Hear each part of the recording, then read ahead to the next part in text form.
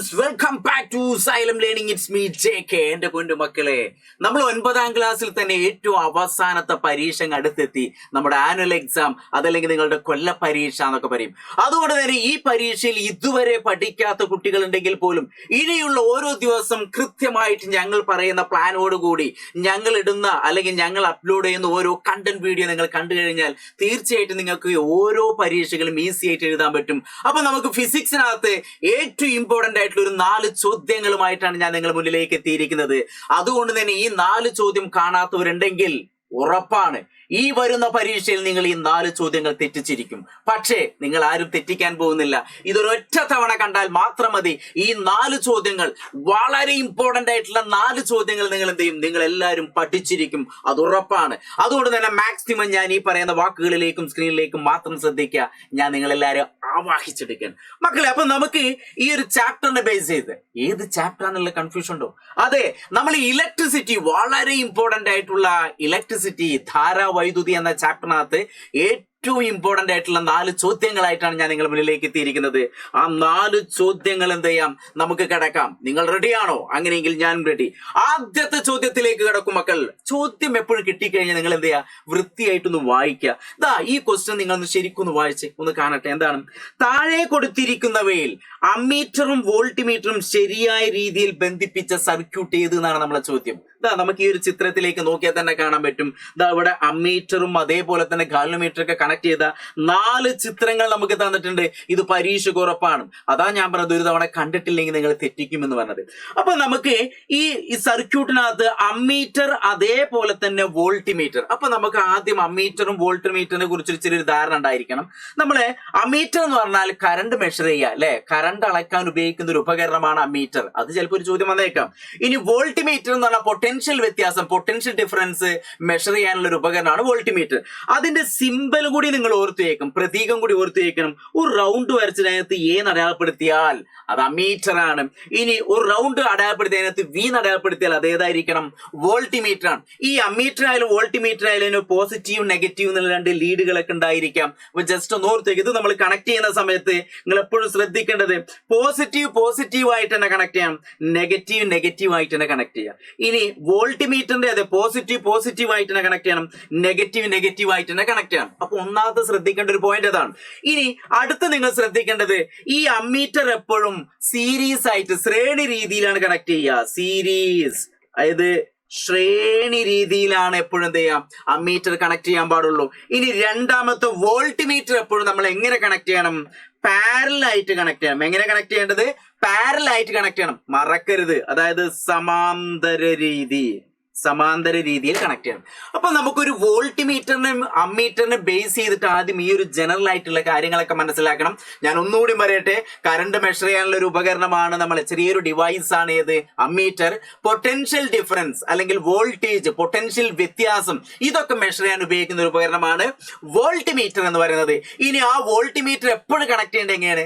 സമാന്തര രീതിയിൽ, പാരലൽ ആയിട്ട് കണക്ട് ചെയ്യണം. അമ്മീറ്റർ എപ്പോഴും എങ്ങനെ കണക്ട് ചെയ്യണം? അത് സീരീസ്, ശ്രേണി രീതിയിലായിട്ട് കണക്ട് ചെയ്യണം. ഇനി എപ്പോഴും ഉപകരണങ്ങൾ കഴിഞ്ഞതിന് ശേഷം മാത്രമാണ് നമ്മൾ ഏത് കണക്ട് ചെയ്യേണ്ടത്? അമ്മീറ്റർ കണക്ട് ചെയ്യേണ്ടത്. ഇനി വോൾട്ടിമീറ്റർ എപ്പോഴും പാരലൽ. ഈ ഒരു ഐഡിയ നിങ്ങൾ പഠിച്ചു കഴിഞ്ഞാൽ ശ്രദ്ധിക്കണം മക്കളെ, ഈ ഒരു ഐഡിയ നിങ്ങൾ മനസ്സിലാക്കി കഴിഞ്ഞാൽ തന്നെ ആൻസർ നിങ്ങൾക്ക് കിട്ടി. ഇനി നിങ്ങൾ നോക്കി നോക്കൂ, ക്വസ്റ്റ്യൻ നോക്കിയോ. In which of the following circuit are എന്താണ് ammeter and the voltmeter connected properly. അപ്പൊ ആദ്യത്തെ ചിത്രത്തിലേക്ക് നോക്കാം. ഫസ്റ്റ് പിക്ചറിനകത്ത് ആദ്യം തന്നെ അമ്മീറ്റർ കണക്ട് ചെയ്തു. അമ്മീറ്റർ എങ്ങനെ കണക്ട് ചെയ്യാൻ പാടുണ്ടോ? സീരീസ് ആണ് ഇത് കണക്ട് ചെയ്തത്, അത് ശരിയാണ്. ഇനി മൈനസിലേക്കും പ്ലസിലേക്കും വന്നു, അതും കറക്റ്റ് ആണ്. പക്ഷേ എപ്പോഴും ഉപകരണം കഴിഞ്ഞിട്ട് മാത്രമേ നമ്മൾ എന്ത് കണക്ട് ചെയ്യാൻ പാടുള്ളൂ? അമ്മീറ്റർ കണക്ട് ചെയ്യാൻ പാടുള്ളൂ. ഇനി ഇവിടെ ഈ ചിത്രത്തിലേക്ക് വോൾട്ടിമീറ്റർ എങ്ങനെയാണ് കണക്ട് ചെയ്തിട്ടുള്ളത്? വോൾട്ടിമീറ്റർ എപ്പോഴും എങ്ങനെ കണക്ട് ചെയ്യേണ്ടത്? പാരലൽ ആയിട്ടാണ്. അപ്പൊ ഇതും സീരീസ് ആയിട്ടല്ലേ, ശ്രേണി രീതിയിലല്ലേ കണക്ട് ചെയ്തത്. അതുകൊണ്ട് ഈ പിക്ചർ എന്താണ്? തെറ്റ് ഓർത്തേക്കും. ഒന്നാമത്തെ പിക്ചർ തെറ്റാണ്. മനസ്സിലായല്ലോ അല്ലെ? എടാ മോനെ, മനസ്സിലായില്ലേ? ഇനി രണ്ടാമത്തെ ചോദ്യം നോക്കൂ. ഇവിടെ ബൾബിന്റെ പ്രതീകം എന്ന് പറഞ്ഞാൽ നമുക്ക് റൗണ്ട് വരച്ചിട്ട് ഇങ്ങനെയൊക്കെ വരയ്ക്കാം, അല്ലെങ്കിൽ ഇപ്പൊ ഇങ്ങനെയാണ് കൊടുത്തിട്ടുള്ളത്. ഇതാണ് ഒരു ബൾബ് എന്ന് പറയുന്നത്. അപ്പൊ ഈ ബൾബിനോട് അമ്മീറ്റർ എന്ത് ചെയ്തു? പാരലൽ ആയിട്ട് കണക്ട് ചെയ്തു, വോൾട്ടിമീറ്റർ എന്ത് ചെയ്തു, സീരീസ് ആയിട്ട് കണക്ട് ചെയ്തു. അപ്പൊ രണ്ടാമത്തെ പിക്ചറും എന്താണ്, തെറ്റാണെന്ന് ഓർത്ത് വയ്ക്കുക. ഇനി മൂന്നാമത്തെ ചിത്രത്തിലേക്ക് നോക്കും മക്കൾ. മൂന്നാമത്തെ ചിത്രം എന്ന് പറഞ്ഞാൽ വളരെ ഇമ്പോർട്ടന്റ് ആണ്. ദാ ബൾബിനെ പാരലൽ ആയിട്ട് വോൾട്ടിമീറ്റർ കണക്ട് ചെയ്തു, ശരിയാണ് എടാ മോനെ, ശരിയാണ്. ഇനി ഈ വോൾട്ടിമീറ്ററിന്റെ നെഗറ്റീവിലേക്ക് തന്നെ വന്നു, അതും ശരിയാണ്. ഇനി ബൾബ് കഴിഞ്ഞതിന് ശേഷമാണ് അമ്മീറ്റർ കണക്ട് ചെയ്തത്, അതും ശരിയാണ്. അമ്മീറ്ററിന്റെ പോസിറ്റീവ് എന്ത് സ്വിച്ച് വഴി പോസിറ്റീവിലേക്ക് തന്നെ കണക്ട് ചെയ്തു, അതും ശരിയാണ്. അപ്പൊ ഇവിടെ ഇത് പാരലൽ ആണ്, ഇത് സീരീസ് ആണ്. അതായത് വോൾട്ടിമീറ്റർ എന്ന് പറഞ്ഞാൽ സമാന്തരമായി കണക്ട് ചെയ്തു, അമ്മീറ്റർ എന്ന് പറഞ്ഞാൽ ശ്രേണി രീതിയിൽ കണക്ട് ചെയ്തു. അതുകൊണ്ട് ഓർത്തു വയ്ക്കുക, ഈ ചിത്രം ശരിയാണ്. അപ്പോ ഈ ഒരു ചിത്രം ശരിയാണ്. ഇനി നാലാമത്തെ ചിത്രം നോക്കുക. നാലാമത്തെ ചിത്രത്തിൽ ബൾബ് എന്ന് പറഞ്ഞാല് ഈ ബൾബിന് സമാന്തരമായിട്ട് തന്നെയാണ് വോൾട്ടിമീറ്റർ കണക്ട് ചെയ്ത്, അതും ശരിയാണ്. അമ്മീറ്ററും സീരീസ് ആയിട്ട് തന്നെ കണക്ട് ചെയ്ത്, അതും ശരിയാണ്. പക്ഷെ ശ്രദ്ധിക്കേണ്ട കാര്യം എന്താണ്, വോൾട്ടിമീറ്ററിന്റെ പ്ലസ് കണ്ടോ, വോൾട്ടിമീറ്ററിന്റെ പ്ലസ് എന്ത് ചെയ്തു, ഇങ്ങനെ വന്ന് നെഗറ്റീവിലേക്കാണ് വന്നത്. ഏതിലേക്ക് വന്നത്, നെഗറ്റീവിലേക്ക്. പക്ഷെ ഇവിടെ ഏതാണ്, പോസിറ്റീവ്. അപ്പൊ ഈ ചിത്രം എന്തായി, തെറ്റായി. അപ്പൊ നമ്മൾ ശരിയായ ആൻസർ ഏതാണ് മക്കളൊന്ന് പറഞ്ഞ, ഏതാണ് ശരി, ഇതാണ് ശരി, 3. അപ്പൊ പരീക്ഷയ്ക്ക് നമുക്ക് ഇലക്ട്രിസിറ്റി എന്ന ചാപ്റ്റർ, കറണ്ട് ഇലക്ട്രിസിറ്റി, ധാരാവൈദ്യുതി എന്ന ചാപ്റ്ററിനകത്ത് നമുക്ക് 4 ചിത്രങ്ങളാണ് ഇതേ രൂപത്തിൽ പഠിക്കേണ്ടത്. ഈ 4 ചിത്രത്തിനെ ബേസ് ചെയ്തിട്ട് ഒരു ചോദ്യം ഉറപ്പാണ്. അപ്പൊ ആ ഒരു ഉറപ്പിക്കാൻ വേണ്ടിയിട്ടാണ് നമ്മൾ ഈ ഒരു ചോദ്യം ചെയ്യുന്നത്. അതുകൊണ്ടാണ് നിങ്ങൾ ഒറ്റ തവണ കണ്ടാൽ മതി, ഇനി തെറ്റിക്കൂല എന്ന് ഞാൻ പറഞ്ഞത്, ശരിയാണല്ലോ. അപ്പൊ ആദ്യ ചിത്രം അല്ലെ, ഫസ്റ്റ് പിക്ചർ എല്ലാവർക്കും റെഡിയാണെന്ന് ഞാൻ വിചാരിക്കുന്നു. ഒന്നുകൂടി ഓർത്തേക്ക്, എന്താണ് അമ്മീറ്ററും വോൾട്ടിമീറ്ററും എങ്ങനെ കണക്ട് ചെയ്യണം എന്ന് ഓർത്തേക്കുക. അമ്മീറ്റർ എന്ന് പറഞ്ഞാൽ വൈദ്യുതി, കറണ്ട് കണ്ടെത്താൻ വേണ്ടിയിട്ടുള്ളതാണ്. അതെപ്പോഴും ശ്രേണി രീതിയിൽ സീരീസ് ആയിട്ട് കണക്ട് ചെയ്യാൻ പാടുള്ളൂ. വോൾട്ടിമീറ്റർ എങ്ങനെ കണക്ട് ചെയ്യണം, അത് പാരലൽ ആയിട്ട് സമാന്തരമായിട്ട് കണക്ട് ചെയ്യണം. അത് പൊട്ടൻഷ്യൽ വ്യത്യാസം മെഷർ ചെയ്യാനുള്ളതാണ്. അപ്പൊ ഇതെല്ലാവരും പഠിച്ചിട്ടുണ്ടാവും ഞാൻ വിചാരിക്കുന്നു. അങ്ങനെയെങ്കിൽ വീണ്ടും നമുക്ക് അടുത്തൊരു ചോദ്യത്തിലേക്ക് കിടക്കാം. അടുത്തൊരു ചോദ്യം വായിച്ചോളൂ മക്കളെ. ഈ വരാനിരിക്കുന്ന എക്സാമിന് നമ്മൾ ഈ ഒരു 4 ചോദ്യം മാത്രം പഠിച്ചുകൊണ്ടൊന്നും ആയിരുന്നില്ല. പക്ഷേ നമ്മൾ ഇനി ഇവിടെ അങ്ങോട്ട് ഓരോ കണ്ടന്റ് വീഡിയോകളും അതേപോലെ തന്നെ ഓരോ പബ്ലിക് ലൈവുകളും വരുന്നുണ്ട്. അത് തീർച്ചയായിട്ടും നിങ്ങൾ എല്ലാവരും കാണണം.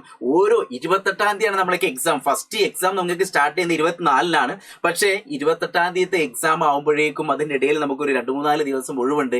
ആ ദിവസങ്ങളൊക്കെ നമ്മൾ കൃത്യമായി പ്ലാനോടുകൂടി ഓരോ ചാപ്റ്ററിൽ ഇമ്പോർട്ടന്റ് ക്വസ്റ്റ്യൻ ഒക്കെ ആയിട്ട് ഞാനും മിസും ലൈവിൽ വരും. അപ്പൊ നിങ്ങൾ എല്ലാവരും അതിനകത്ത് സപ്പോർട്ട് ചെയ്തിട്ടുണ്ടായിരിക്കണം. ഇവിടെ ഇതുവരെ പഠിക്കാത്ത ഒരു കുട്ടിക്ക് പോലും എന്ത് ചെയ്യാം, ഇനി ഇവിടുന്ന് അങ്ങോട്ട് കറക്റ്റ് ഒരു പ്ലാനോട് കൂടി പോയാൽ ഷുവറായിട്ട് ഹൈ മാർക്ക് നേടാൻ പറ്റും. അണ്ണം തരുന്ന വാക്ക്. അപ്പൊ നോക്ക്, രണ്ടാമത്തെ ചോദ്യം വായിച്ചോളൂ. പെട്ടെന്ന് വായിക്കും, ക്വസ്റ്റ്യൻ വായിക്കും. എപ്പോഴും ഒരു ക്വസ്റ്റ്യൻ കിട്ടിക്കഴിഞ്ഞാൽ എന്താ ചെയ്യാ, അങ്ങോട്ടും ഇങ്ങോട്ടൊക്കെ തിരിയാതെ അല്ലെങ്കിൽ അപ്പുറത്ത് അവിടെ ചോദിക്കാനും നിൽക്കാതെ ക്വസ്റ്റ്യൻ വൃത്തിയായിട്ട് വായിക്കുക എന്നുള്ളതാണ്. അപ്പൊ താഴെ കൊടുത്തിരിക്കുന്നതിൽ ബൾബുകളെ ശ്രേണി രീതിയിൽ ബന്ധിപ്പിക്കുന്ന സർക്യൂട്ടുകൾ, ശ്രേണി രീതിയിൽ ബൾബിനെ എങ്ങനെ കണക്ട് ചെയ്യണം. In which of the following circuit are bulb are connected in series. എങ്ങനെ കണക്ട് ചെയ്യുന്നത്, സീരീസ്, ശ്രേണി രീതിയിൽ ഏതാണ് കണക്ട് ചെയ്തത് എന്നുള്ളതാണ്. അപ്പൊ ശ്രേണി രീതിയിൽ ഏതാണ് കണക്ട് ചെയ്ത് വെച്ചാൽ നമുക്ക് ആദ്യം ഞാൻ വെറുതെ ജസ്റ്റ് ഒന്ന് പറഞ്ഞുതരാം. മക്കൾ എല്ലാവരും കേട്ടോ ശ്രദ്ധിക്കണം. അതായത് ഇപ്പൊ ഒരു ബൾബിനെ നമുക്ക് ഇങ്ങനെ വരയ്ക്കാം. ഞാൻ വേറൊരു ബൾബ് കൂടി വരച്ചു. 2 ബൾബുകൾ ഇങ്ങനെ എടുത്തു. ഈ ബൾബിനെ ഞാൻ എന്ത് ചെയ്തു, ഒരു സെല്ലായിട്ട് കണക്ട് ചെയ്തു. അപ്പൊ നമ്മൾ മനസ്സിലാക്കേണ്ടത്, ഒന്നാമത്തെ ബൾബ് അടുത്ത ബൾബിലേക്ക് കണക്ട് ചെയ്തു. ഇനി ഇവിടെ വേറൊരു ബൾബ് ഉണ്ടെങ്കിൽ അടുത്തൊരു ബൾബ് ഇങ്ങനെ പോവുകയാണെങ്കിൽ ഇത് ശ്രേണി രീതി, സീരീസ് കണക്ഷൻ എന്നാണ് പറയാം. ഇനി ഞാൻ എന്ത് ചെയ്തു, 2 ബൾബുകൾ എന്ത് ചെയ്തു, ഇങ്ങനെ താഴെ കണക്ട് ചെയ്തു വിചാരിക്കാം. താഴെ കണക്ട് ചെയ്തു. എന്നിട്ട് ഇവിടുന്ന് ഒരു പോയിന്റ് ഇങ്ങനെ എടുത്തിട്ട് ഞാൻ എന്ത് ചെയ്തു, സെല്ലിലേക്ക് കണക്ട് ചെയ്തു. അപ്പൊ 2 ബൾബ്. അപ്പൊ ഇതിനെയാണ് നമ്മൾ പാരലൽ കണക്ഷൻ, സമാന്തര രീതി എന്ന് പറയാം. സമാന്തര രീതി നിങ്ങൾ എപ്പോഴും ശ്രദ്ധിക്കേണ്ടത് വെച്ചാൽ, ഒന്നാമത്തെ ബൾബിന്റെ നോക്കൂ, നേരെ ഈ സെല്ലിലേക്ക് എത്തി. ഈ ബൾബിന്റെ അടുത്ത ഭാഗം എന്ത് ചെയ്തു, നേരെ ബാറ്ററിയിലേക്ക്, സെല്ലിലേക്ക് എത്തി. കറക്റ്റ് ആണ്, ശ്രദ്ധിക്കണം. ഇനി രണ്ടാമത്തെ ബൾബിന്റെ നോക്കൂ, ഇങ്ങനെ പോയിട്ട് ഇവിടെ എത്തി, ഇങ്ങനെ പോയിട്ട് ഇവിടെ എത്തി. കറക്റ്റ് ആണ്. അപ്പൊ അങ്ങനെ ഓരോ ഉപകരണത്തിന്റെയും, ചിലപ്പോ ബൾബായിരിക്കും, ചിലപ്പോ വേറെ എന്തെങ്കിലും ഉപകരണമായിരിക്കാം, ഓരോ ഉപകരണത്തിന്റെയും 2 എൻഡുകൾ എപ്പോഴും സെല്ലിലേക്ക് എത്തുന്നുണ്ടോ നോക്കുക. ബൾബ്, ഒന്നാമത്തെ ബൾബ് കബഡി എന്നൊക്കെ പറയണ പോലെ ബൾബ് പോസിറ്റീവിലേക്ക് എത്തി. നെഗറ്റീവിലേക്ക് എത്തി. പോസിറ്റീവിലേക്ക് എത്തി. നെഗറ്റീവിലേക്ക്. അപ്പൊ ഇങ്ങനെ വരികയാണെങ്കിൽ അതിനെ നമ്മൾ പാരലൽ, സമാന്തരം എന്ന് പറയാം. ഇനി ഈ ചിത്രത്തിലേക്ക് നോക്കട്ടോ. ഈ ബൾബിന്റെ ഈ അഗ്രം പോസിറ്റീവിലേക്ക് എത്തി. പക്ഷെ അടുത്ത അഗ്രം നെഗറ്റീവിലേക്ക് വരുന്നുണ്ടോ? ഇല്ല. അടുത്ത അഗ്രം എങ്ങോട്ടാ, അടുത്ത ബൾബിലേക്കാണ് വന്നത്. അങ്ങനെ വന്നാൽ അത് സീരീസ് ആണ്. ഇനി നോക്ക്, ഈ ബൾബിന്റെ ഈ എൻഡ് ഇതാ നെഗറ്റീവിലേക്ക് വന്നു, പക്ഷെ ഈ എൻഡോ പോസിറ്റീവിലേക്ക് വരുന്നുണ്ടോ? ഇല്ല. ഇത് ഞാൻ ഇങ്ങനെ പറയാൻ കാരണം ചില കുട്ടികളൊക്കെ ഇത് കേൾക്കുമ്പോൾ സാർ അത് ഈസി അല്ലേ വിചാരിക്കും. ഇതാ ഇതിന്റെ ആൻസർ ഒന്ന് കണ്ടെത്തിക്കും. ഈ ചിത്രത്തിലേക്ക് നോക്കുക, നമ്മളോട് പറഞ്ഞിട്ടുള്ളത് എന്താണ്? ഇതിനകത്ത് സീരീസ് ആയിട്ട് ബൾബ് കണക്ട് ചെയ്തതാണ്. അപ്പൊ ബൾബിന്റെ പ്രതീകം എല്ലാവർക്കും അറിയാം, ഇങ്ങനെ വരയ്ക്കാം, അതല്ലെങ്കിൽ എന്താ ചെയ്യാ, ദാ ഇങ്ങനെ വരയ്ക്കാം, ഏതും പറ്റും. ഇപ്പൊ ഇവിടെ തന്നിട്ടുള്ള ബൾബിന്റെ ദാ ഇങ്ങനെയാണ് തന്നിട്ടുള്ളത്. അപ്പൊ ജസ്റ്റ് ഒന്ന് ഓർത്ത് വയ്ക്കുക. അപ്പൊ ഇതിൽ സീരീസ് ഏതാ? അപ്പൊ ഈ ബൾബിന്റെ ദാ ഇത് നോക്കുക, നെഗറ്റീവിലേക്ക് എത്തി, ഇത് ദാ സ്വിച്ച് വഴി പോസിറ്റീവിലേക്ക് എത്തി. ഇനി ഈ ബൾബിന്റെ നോക്കുക, നെഗറ്റീവിലേക്ക് എത്തി, ദാ സ്വിച്ച് വഴി പോസിറ്റീവിലേക്ക് എത്തി. അപ്പൊ ഇത് ഏത് കണക്ഷനായി? ഇത് സീരീസ് ആണോ? അല്ല. ഇത് ഏത് കണക്ഷനാണ്?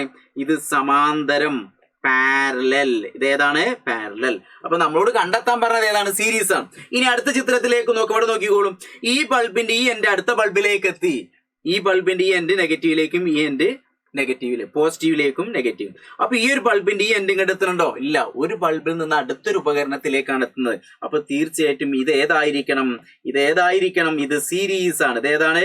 സീരീസ്. ഞാൻ ഇപ്പൊ എസ് ടച്ച് സീരീസ് നോർത്തേക്കാം, ശ്രേണി രീതിയാണ്. അപ്പൊ ഒരു ആൻസർ നമുക്ക് കിട്ടി. ഇനി അടുത്ത നോക്കൂ, അടുത്ത ചിത്രം നോക്കും. ഈ ബൾബിന്റെതാ ഇവിടെ നെഗറ്റീവിലേക്ക് എത്തി, ഈ ബൾബ് അടുത്ത ബൾബിലേക്ക് എത്തി. ഇതെന്ത് ചെയ്തു? പോസിറ്റീവിലേക്ക് എത്തുന്നില്ല. അതുകൊണ്ട് ഇതും ഏതാണ്? സീരീസ് ആണ്. ഇതേതാണ്? ശ്രേണി രീതിയാണ്. സീരീസ് ആണെന്ന് ഓർത്തേക്കും. ഇനി അടുത്ത ബൾബ് നോക്കിക്കോളൂ. ഈ ബൾബിന്റെ ഈ എൻഡ് നെഗറ്റീവിലേക്ക് എത്തി, ഈ എൻഡ് പോസിറ്റീവിലേക്ക് എത്തി. ഈ എൻഡ് നെഗറ്റീവിലേക്ക് എത്തി, ഈ എൻഡ് പോസിറ്റീവിലേക്ക് എത്തി. അതുകൊണ്ട് ഇത് ഏതാണ്? ഇത് പാരലൽ ആണ്. ഇത് ഏതാണ്? സമാന്തര രീതിയാണ്. അപ്പൊ നമ്മുടെ ആൻസർ നമ്മളോട് പറഞ്ഞിട്ടുള്ളത് ഏതാണ്? സീരീസ് കണക്ഷൻ ആണ്. അപ്പൊ സീരീസ് കണ്ടെത്താൻ വളരെ ഈസിയാണ്. ചിലപ്പോൾ പരീക്ഷയ്ക്ക് വരെ എങ്ങനെയായിരിക്കും? തന്നിരിക്കുന്ന ചിത്രത്തിൽ നിന്നും പാരലൽ ആയിട്ടുള്ള കണക്ഷൻ ഏതെന്ന് ചോദിക്കും. അപ്പോഴാണ് നിങ്ങൾക്ക് കൺഫ്യൂഷൻ വരിക. പാരലൽ എന്ന് പറഞ്ഞാൽ ഒന്നുകൂടി ഓർത്തേക്ക്, എന്താണ്? എല്ലാ ഉപകരണത്തിന്റെയും എൻഡ് എന്ത് ചെയ്യുന്നു? സെല്ലിലേക്ക് എത്തണം. അതായത് ഇപ്പൊ ഈ ബൾബിന്റെ ഈ എൻഡ് എന്ത് ചെയ്തു? സെല്ലിലേക്ക് എത്തി, ഈ എൻഡും സെല്ലിലേക്ക് എത്തി. പക്ഷെ ഇവിടെ ഒരു ഉപകരണത്തിന് അടുത്തൊരു ഉപകരണത്തിലേക്ക് അങ്ങനെയാണ് പോകുന്നതെങ്കിൽ അത് ശ്രേണി രീതിയാണെന്ന് ഓർത്തേക്കുക. അപ്പൊ നമ്മളെ 3-4 ചോദ്യങ്ങളിൽ 2 പഠിച്ചു കഴിഞ്ഞു. ഇനി നിങ്ങൾ മക്കളെ ഇത് തെറ്റിക്കോ? ഒന്ന് പറഞ്ഞേ. പറഞ്ഞോളൂ, മനസ്സിനുള്ളിൽ പറഞ്ഞോളൂ. അതെ, ഒരിക്കലും തെറ്റിക്കുക. അങ്ങനെയെങ്കിൽ 3ാമത്തെ ചോദ്യം, സെക്കൻഡ് ലാസ്റ്റ് ചോദ്യം മക്കളെ ഒന്നുകൂടി ഓർത്തേക്കുക. ഈ ഒരു 4 ചോദ്യത്തുമ്പോൾ നമുക്ക് ഒന്നും ആവില്ല. പക്ഷെ ഈ ഓരോ ടൈപ്പ് ചോദ്യങ്ങൾ ഞങ്ങൾ എന്ത് ചെയ്യുന്നു? നമ്മളെ യൂട്യൂബ് ചാനൽ എന്ത് ചെയ്യും? അപ്ലോഡ് ചെയ്യും. അപ്പൊ തീർച്ചയായിട്ടും അതൊക്കെ ഒന്ന് കാണാൻ ഒറ്റ തവണ കണ്ടാൽ മതി, നിങ്ങൾ പഠിക്കും. മക്കളെ അപ്പൊ നോക്കിക്കോളൂ, ഈ ചിത്രത്തിലേക്ക് 3ാമത്തെ ചോദ്യം. താഴെ കൊടുത്തിരിക്കുന്ന സർക്യൂട്ടിൽ 10 വോൾട്ട് പൊട്ടൻഷ്യൽ വ്യത്യാസം കാണിക്കുന്ന വോൾട്ടിമീറ്റർ ഏതെല്ലാം? നമുക്ക് ചിത്രത്തിൽ consider the following circuit which voltmeter shows reading 10 volt. 10 volt കാണിക്കുന്നത് ഏതാന്നുള്ളതാണ് കണ്ടെത്തേണ്ടത്. മക്കൾ ശരിക്കും നമുക്കൊരു ഓംസ് ലോ പ്രകാരം I = V/R ഇതൊക്കെ വെച്ചിട്ടാണ് ശരിക്കും ഈ ഒരു പ്രോബ്ലം ചെയ്യേണ്ടത്. പക്ഷെ അതിനൊന്നും നമുക്ക് സമയമുള്ളത് 1 മാർക്ക് 2 മാർക്കുള്ള ചോദ്യങ്ങളൊക്കെ വരുള്ളൂ. അതുകൊണ്ട് നിങ്ങൾക്ക് ഈസി ആയിട്ടുള്ള ഒരു മെത്തേഡ് ഞാൻ പറഞ്ഞുതരാം. ഈസി ആയിട്ടുള്ള മെത്തേഡ് ആണ്, അത്രേ ഉള്ളൂ. നിങ്ങൾക്ക് പഠിക്കാൻ വേണ്ടി ഒരു ഐഡിയ ഞാൻ പറഞ്ഞുതരാണ്. ഇങ്ങനെ ഒരു ക്വസ്റ്റ്യൻ കിട്ടിക്കഴിഞ്ഞാൽ നിങ്ങൾക്ക് ഈസി ആയിട്ട് അങ്ങനെ ചെയ്യാം. ശരിക്കും നമ്മൾ എന്ത് ചെയ്യണം? I = V/R ഒക്കെ വെച്ച് I കാണണം. I കണ്ടു കഴിഞ്ഞാൽ പിന്നെ വോൾട്ടേജ് കാണാം. അപ്പൊ എവിടേക്കാണ് 10 വോൾട്ട് വരുന്നതൊക്കെ കണ്ടെത്താം. പക്ഷെ അതിനൊന്നും നമുക്ക് എന്ത് ചെയ്യാം? സമയമില്ല. നമുക്ക് ഏറ്റവും ഈസി ആയിട്ട് പെട്ടെന്ന് മാർക്ക് കണ്ടെത്താൻ എന്നുള്ളതാണ്. അപ്പൊ നോക്കിക്കോളൂ, 1ാമത്തെ ചിത്രത്തിലേക്ക് നോക്കാം. 1ാമത്തെ ചിത്രത്തിൽ ഇവിടെ നമുക്ക് എത്ര വോൾട്ട് തന്നിട്ടുണ്ട്? 10 വോൾട്ട് നമുക്ക് തന്നിട്ടുണ്ട്. അപ്പൊ ഈ സർക്യൂട്ടിൽ എത്ര വോൾട്ട് ഉണ്ടായിരിക്കും? 10 വോൾട്ട് ഉണ്ടായിരിക്കും. ഈ സർക്യൂട്ടിൽ എത്ര വോൾട്ട് ഉണ്ടായിരിക്കണം? അവിടുത്തെ ടോട്ടൽ എത്ര വോൾട്ട് ഉണ്ടായിരിക്കും? 10 വോൾട്ട് ഉണ്ടായിരിക്കണം. അപ്പൊ ആദ്യത്തെ ഉപകരണത്തിൽ 1 വോൾട്ട് ആയിരിക്കും, 2ാമത്തെ ഉപകരണത്തിൽ 1 വോൾട്ട്. അപ്പൊ ഇവിടെയൊക്കെ പ്രതിരോധം, റെസിസ്റ്റൻസ് സെയിം ആയതുകൊണ്ട് ഇവിടെയുള്ള പൊട്ടൻഷ്യൽ ഡിഫറൻസ് സെയിം ആയിരിക്കും. അപ്പൊ ഇവിടെ 5 വോൾട്ട് ആയിരിക്കും, ഇവിടെ 5 വോൾട്ട് ആയിരിക്കും. ഞാൻ പറഞ്ഞ ഐഡിയ ഒന്ന് മനസ്സിലായോ? അങ്ങോട്ട് നോക്കുക. ഇവിടെ ഈ സർക്യൂട്ടിൽ ടോട്ടൽ എത്ര വോൾട്ടേജ് ആണുള്ളത്? 10 വോൾട്ട് ആണുള്ളത്. മക്കൾ ഇത് ശ്രദ്ധിച്ചാലേ നിങ്ങൾക്ക് പഠിക്കാൻ പറ്റുള്ളൂ. ആദ്യമായിട്ട് കേൾക്കുമ്പോൾ ഒരു കൺഫ്യൂഷൻ ഒക്കെ തോന്നിയേക്കാം. പക്ഷെ നിങ്ങൾ എന്ത് ചെയ്യുക? നല്ല കുട്ടികളായിട്ട് ശ്രദ്ധിക്കുക. നോക്കിക്കോളൂ, എന്താണ് ഇത്? അവിടെ നോക്കിക്കോളൂ, ഇവിടെ എത്രയാണ് ഈ സർക്യൂട്ടിൽ ടോട്ടൽ വോൾട്ട് എത്രയാണ്? 10. നമ്മളോട് പറഞ്ഞിട്ടുള്ളത് എത്രയാണ്? 10 വോൾട്ട് പൊട്ടൻഷ്യൽ വ്യത്യാസം കാണിക്കുന്ന സർക്യൂട്ട് ഏതാന്നുള്ളതാണ്, വോൾട്ട്മീറ്റർ ഏതാന്നുള്ളതാണ്. അപ്പൊ നോക്കിക്കോളൂ, ഇവിടെ നോക്കുക 10 വോൾട്ട് ആണ്. അങ്ങനെയെങ്കിൽ ഇവിടെ 10 ഓം, ഇവിടെ 10 ഓം. അവിടെ 2 റെസിസ്റ്റൻസ് തന്നിട്ടുണ്ട്. അപ്പൊ ഇവിടെ 5 ഓം, ഇവിടെ 5 ഓം. അപ്പൊ നോക്കി, ഈ വോൾട്ട്മീറ്ററിനകത്ത് എത്രേ കാണിക്കുള്ളൂ? 5 വോൾട്ടേ കാണിക്കുള്ളൂ. നമ്മളോട് പറഞ്ഞത് എന്താണ്? ഒരു വോൾട്ട്മീറ്ററിനകത്ത് 10 വോൾട്ട് അല്ലെങ്കിൽ 10 പൊട്ടൻഷ്യൽ വ്യത്യാസം കാണിക്കുന്ന ചിത്രം ഏത് എന്നാണ്. അപ്പൊ ആദ്യത്തെ ചിത്രമാണോ? അല്ല. അപ്പൊ ആദ്യത്തെ ചിത്രമല്ല, ഇത് തെറ്റ്. ഇനി 2ാമത്തെ ചിത്രത്തിലേക്ക് നോക്കൂ. 2ാമത്തെ ചിത്രത്തിലേക്ക് നോക്കി, ഇവിടെ എത്ര വോൾട്ട് ആണ്? 10 വോൾട്ട്. കറക്റ്റ് ആണ്. അപ്പൊ ആദ്യം ശരിയായി, 10 വോൾട്ട്. അങ്ങനെയെങ്കിൽ ഇവിടെ എന്തായിരിക്കും? 10 വോൾട്ട്. 10 വോൾട്ട് എന്ന് പറഞ്ഞാൽ ഇവിടെ 5 വോൾട്ട്, ഇവിടെ 5 വോൾട്ട്. അപ്പൊ ഇവിടെ എന്ത് ചെയ്തു? നേരത്തെ ഇവിടെ ഒറ്റ റെസിസ്റ്ററിൽ മാത്രമേ എടുത്തിട്ടുള്ളൂ. ഇവിടെ നോക്കുക, 2 റെസിസ്റ്ററിന് അക്രോസ് ആയിട്ടാണ്, 2 റെസിസ്റ്ററിന് കുറുകെ ആയിട്ടാണ് നമ്മൾ പാരലായിട്ട് എന്ത് കണക്ട് ചെയ്ത്? വോൾട്ട് മീറ്റർ കണക്ട് ചെയ്ത്. അതുകൊണ്ട് ഈ ചിത്രത്തിനകത്ത് എത്രയായിരിക്കും? 10 വോൾട്ട് ആയിരിക്കും. അപ്പൊ നമ്മളോട് വോൾട്ട് മീറ്ററിനകത്ത് 10 വോൾട്ട് മെഷർ ചെയ്യുന്ന പിക്ചർ ഏതാണെന്നാണ് നമ്മളോട് ചോദിച്ചിട്ടുള്ളത്. അപ്പൊ ഇതിൽ നോക്ക്, രണ്ടാമത്തെ ചിത്രം ശരിയാണ്. രണ്ടാമത്തെ ചിത്രം ശരിയാണ്. കാരണം ഇവിടെ 5 വോൾട്ട്, ഇവിടെ 5 വോൾട്ട്. അപ്പൊ ടോട്ടൽ ഇവിടെ എത്ര കിട്ടി? 10 വോൾട്ട് എന്ന് കിട്ടി. കറക്റ്റ് ആണ്. ഐഡിയ മനസ്സിലായോ? ഓക്കെ അല്ലേ? സെറ്റ് അല്ലേ? കുഴപ്പമൊന്നുമില്ലല്ലോ, ബുദ്ധിമുട്ടില്ലല്ലോ, മനപ്രയാസമില്ലല്ലോ. സെറ്റ് മാറുന്നു. ഓക്കെ. അങ്ങനെ ഇങ്ങനെ അടുത്ത് നോക്കി വോൾട്ടോ. ശ്രദ്ധിക്കണം, ഇവിടെ ശ്രദ്ധിക്കണം പാനെ. ഇവിടെ 20 വോൾട്ട് ആണ്. അവിടെ എന്താണ്? 20 വോൾട്ട്. അപ്പൊ ഇവിടെ ശ്രദ്ധിക്കണ്ടേ, ഇവിടെ എത്രയായിരിക്കും വരിക? ഇവിടെ 10 വോൾട്ട് വരും, ഇവിടെ 10 വോൾട്ട് വരും. ഇനി ഇവിടെ മാത്രമാണ് ഒരു വോൾട്ട് മീറ്റർ വെക്കുന്നതെങ്കിൽ 10 വോൾട്ട് കറക്റ്റ് ആയിരിക്കും. പക്ഷേ ഇതിന്റെ രണ്ടിന്റെയും ഭാഗത്ത്, രണ്ടിന്റെയും എൻഡിലാണ്. അപ്പൊ ഇവിടുത്തെ 10ഉം ഇവിടുത്തെ 10. അപ്പൊ ഇവിടെ എത്ര വോൾട്ടേജ് കാണിക്കും? ഇവിടെ 20 വോൾട്ട് കാണിക്കും. അപ്പോ നമ്മളെ സി ക്വസ്റ്റ്യൻ എന്തല്ല? ശരിയല്ല. മനസ്സിലായോ? നമ്മളോട് ചോദിച്ച ചോദ്യം എന്താണ്? Which volt meter shows reading 10 volt. അപ്പൊ ഇവിടെ 5 വോൾട്ട് ഉള്ളൂ, ഇവിടെ 10 വോൾട്ട് വരുന്നുണ്ട്, ഇവിടെ 20 വോൾട്ട് വന്നു. അങ്ങനെയെങ്കിൽ ലാസ്റ്റ് പിക്ചറിന്റെ ആൻസർ നിങ്ങളൊന്ന് പറഞ്ഞു. അത് നോക്ക്, ഇവിടെ എന്താണ്? ഇവിടെ ശ്രദ്ധിക്കുക, ഇവിടെ 20 വോൾട്ട് ആണ്. 20 വോൾട്ട് എന്ന് പറഞ്ഞാൽ നമുക്കറിയാം, ഇവിടെ 10ഉം വരും, ഇവിടെ 10ഉം വരും. അങ്ങനെയെങ്കിൽ ഇങ്ങനെ വെച്ചാൽ ഇവിടെ ടോട്ടൽ 20 വോൾട്ട് വരും. പക്ഷെ ഇവിടെ നോക്കുക, ഇതിന് മാത്രമേ കുറുകെ ആയിട്ട് എന്ത് വെച്ചിട്ടുള്ളൂ? Volt meter. അതുകൊണ്ട് ഇവിടെ എത്ര വോൾട്ട് വരും? 10 വോൾട്ട് വരും. അപ്പോ നമ്മളെ ഈ ആൻസറും ശരി, ഈ ആൻസർ. അതായത് നമ്മളെ ആൻസർ ഏതൊക്കെയാണ് ശരിയായതെന്ന് പറഞ്ഞേ. ഇതാ, ബിയും ശരിയാണ്, ഡിയും ശരിയാണ്. അപ്പൊ പ്രത്യേകം ശ്രദ്ധിക്കണം മക്കളെ. അപ്പൊ ഇങ്ങനെ നമ്മളെ കുഴപ്പിക്കുന്ന ഒരുപാട് ചോദ്യങ്ങൾ വരും. പക്ഷെ എല്ലാ ചോദ്യങ്ങളും നമ്മൾ ഇതിനകത്ത് ഡിസ്കസ് ചെയ്യുന്നില്ല. പക്ഷെ നമ്മൾ എല്ലാ ചോദ്യങ്ങളും ഡിസ്കസ് ചെയ്യുന്ന ഒരു വഴിയുണ്ട്. അത് ഏതറിയോ? ഇനി ഓരോ ദിവസം നമ്മൾ വൈകുന്നേര സമയത്ത് എന്ത് ചെയ്യുന്നു?